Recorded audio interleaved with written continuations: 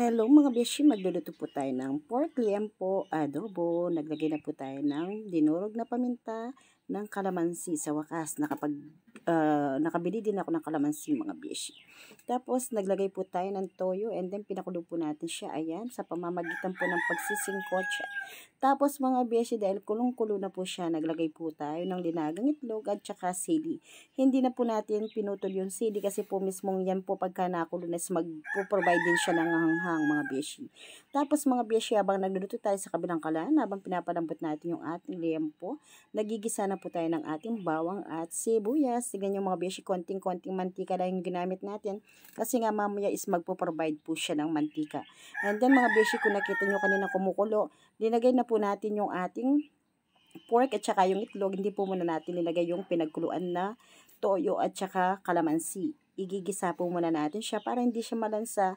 At the same time mga beshi, para maprito po ng bahagya yung ating pork liempo mga beshi ko. And then ayan mga beshi, mekos-mekos lang po natin siya ng gusto. And yan mga beshi ko, patuyo na po siya yung sa kakagisa natin kakaprito. With background po tayo ng tilaok ng manok mga beshi. Nasa labas po kasi ako. Ayan mga beshi ko, halo-halo po natin ang gusto. And then mga beshi, nagpiprito na po siya ng sarili niya sa kanyang sariling mantika. Binus na po natin yung ating pinagkuluan, yung ating toyo at saka kalamansi.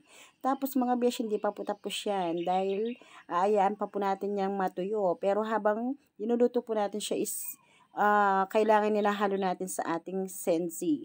Dahil po mga beshi, baka masunog po yung ating itlog, yung mga itlog na dinaga at saka yung baboy. Ayan mga beshi ko, konting-konti na lang po kanyang sabaw. Kasi yung ating lulutuin is adobong tuyo, hindi po adobong sinigang. Ayan mga beshi ko, patuyo na pong patuyo yung ating adobo. Yan po kasi yung masarap sa adobo, yung tuyong-tuyo siya. Tapos pag kinain mo ang lasa niya mga beshi, mapapadami ka na ng kain mga beshi.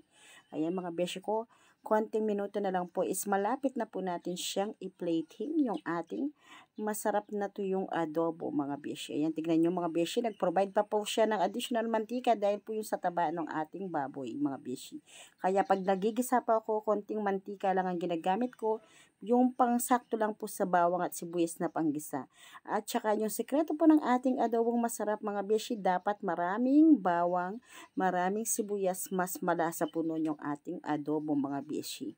Ayan mga beshi, for plating na po yung ating adobo. Ayan na po yung ating masarap na adobong tuyong-tuyo mga beshi. Ayan, nagmamantika po. Ayan mga beshi, nagmamantika po yung ating adobo. Hindi man tayo ang culinary capital mga beshi, pero ang pinagmamalaki nating mga Kapampangan yan.